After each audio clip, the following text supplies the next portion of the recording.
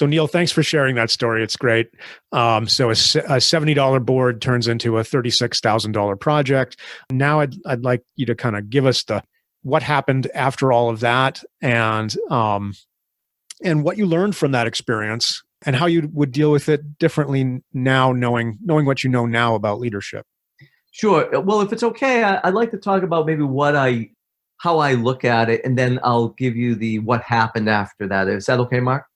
Yeah, absolutely. That's totally great. Okay. So, this incident, really led to me to a lot of self-reflection. And I think it was one of the inspirations for me to really look at leadership as a skill that can be trained. And I ended up, I think, being inspired to really follow my journey of leadership into an educational process. So I ended up in an informatics course, which talked about organizational behavior and change management, etc. And I think that was very enlightening to me, both of these, in a way that I look at change. So what I was essentially trying to do was what I thought, in my mind, in my experience, from my frame, was to create change that I thought was beneficial for me.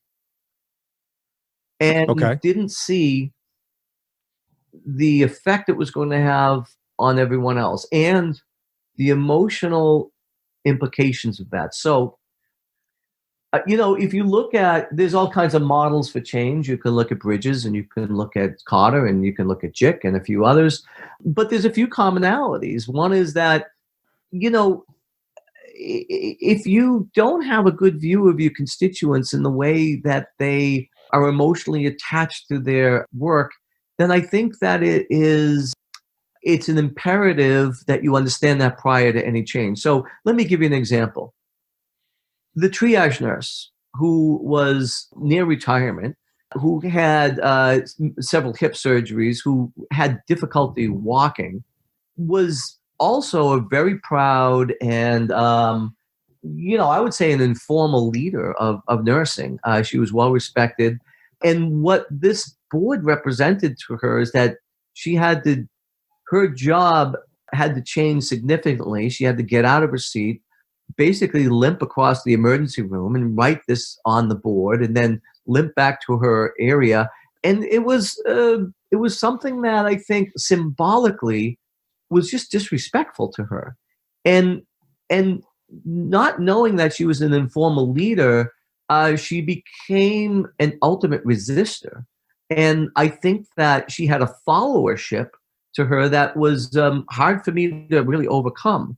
There were other nurses who probably were in the exact same position, where they had been doing something for 30 years, the same way. And so those, that way of life, that way of thinking, that way, was far more, I underestimated how disruptive it felt to them. Not how disruptive it was, but how disruptive it felt. And so I think I underestimated the emotional content of change in people. The other mistake I made is that I did not express in any way, the burning platform or the urgency that was really not seen by everybody, because the workaround had been there for 20 years. And so not expressing your vision, and not expressing your problem to be solved, and not expressing the urgency and getting people on board and creating momentum was simply not in my my portfolio of things I did as a leader. And so without doing that, there's simply no motivation for people to follow you in any effort as a leader, because you really haven't built up any urgency in them to change. And I think that if you try to impose change, then you're really asking for this type of resistance. The other thing I didn't do is I did not engage them in any way at all that made them feel as if they were participants in this process. So I didn't get a small, even a small coalition of nurses and attendants together, and physicians, to talk about the problem, the urgency, and to talk about potential solutions and have them part of the change process.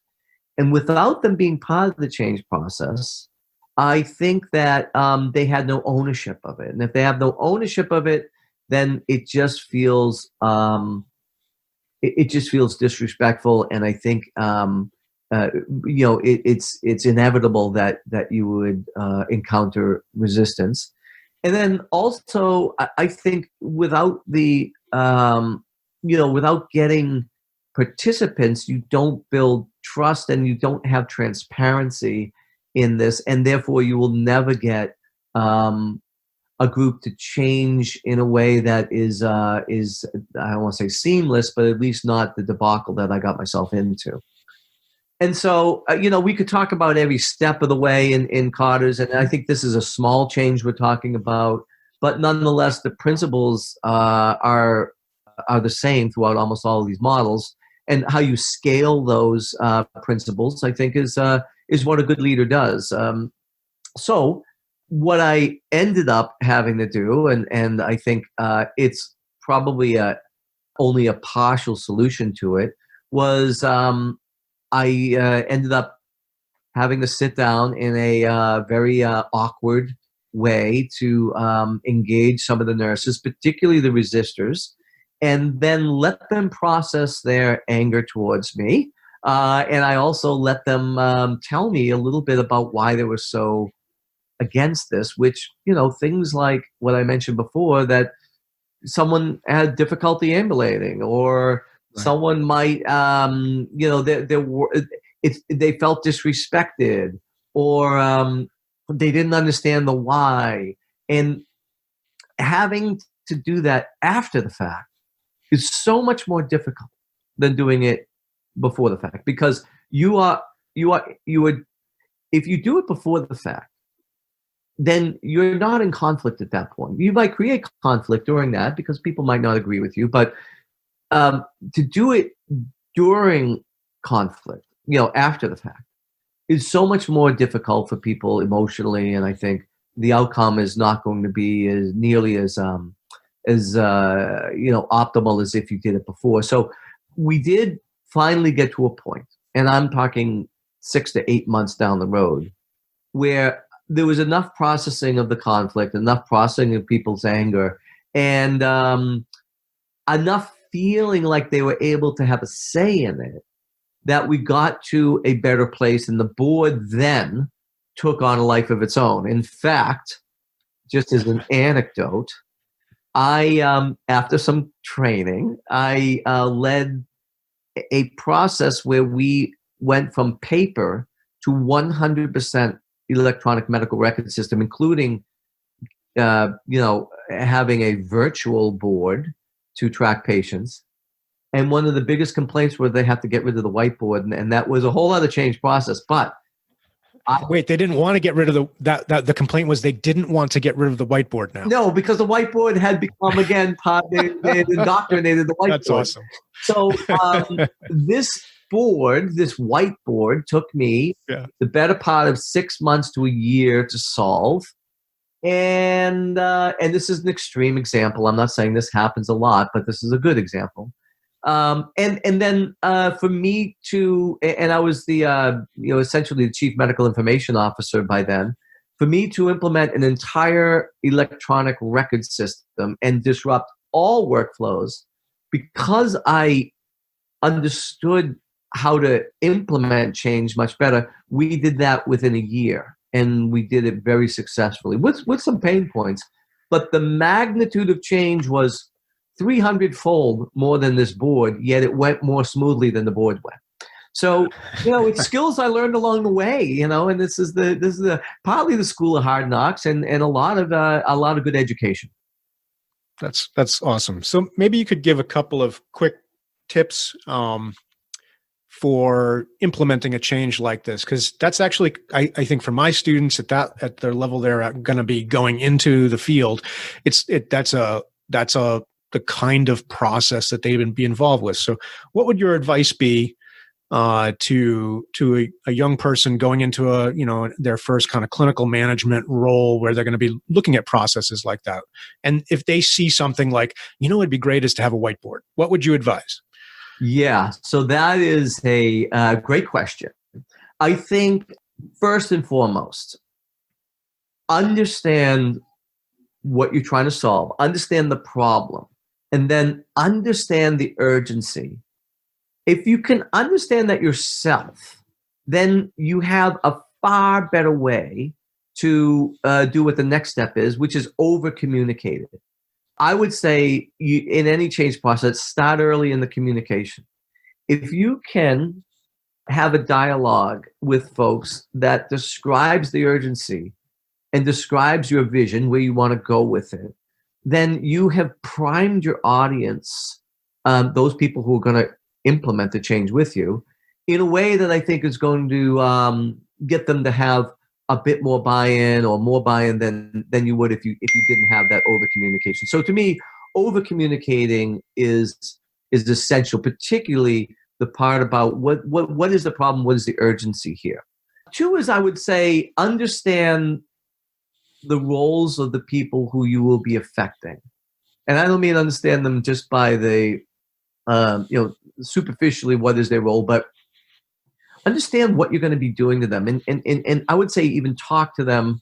If you have the luxury, talk to them individually, get their thoughts and ideas about it, understand what the barriers are for them, how you would be affecting them, and what their new life will be looking like. So understand the logistics, but also if you have the relationship with them, to understand the emotions of it. I mean, there's some changes that are really superficial and you don't need to do this, but other changes are major.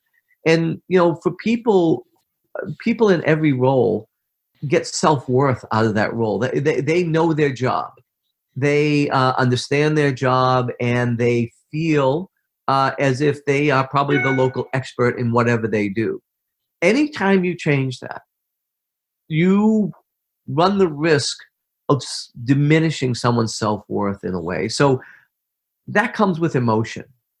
And the more you can do to establish your understanding of that and your empathy of that, then I think the better you are going to be at managing that along the way and helping them overcome that emotional turmoil during change. And then I would say 3 is not only understanding them, but getting them part of the process. Whether it's getting them onto a committee that is discussing how the change will occur, whether it's getting on a committee how to measure the change or how to sustain the change, having as many as you can without getting too cumbersome involved in it, I think is going to mitigate the emotions that you will see down the road, because they've been part of the solution and you've already established the respect. And then thirdly is having a plan of sustainment. I don't think I had a plan of sustainment. The board kept coming down. They kept fighting it. I didn't have time to think of sustainment because I was too caught up in trying to fix the mistakes I had made previously. But having a way to sustain the change is something else that I think people need to think of down the road. So do you kind of remove the old way of doing things so that people don't have access to it? Because they will do workarounds for you. They will do workarounds as a part of their own survival in a way. Do you have a way of celebrating it once the success has been implemented? Do you have other ways to sort of hold people accountable for the change? Other leaders who might be instrumental in helping you implement, in partnership with you. How do you create a system of sustainment of that and not let the change slip backwards? So those are some of the things I learned. I probably learned 100 other things along the way as well.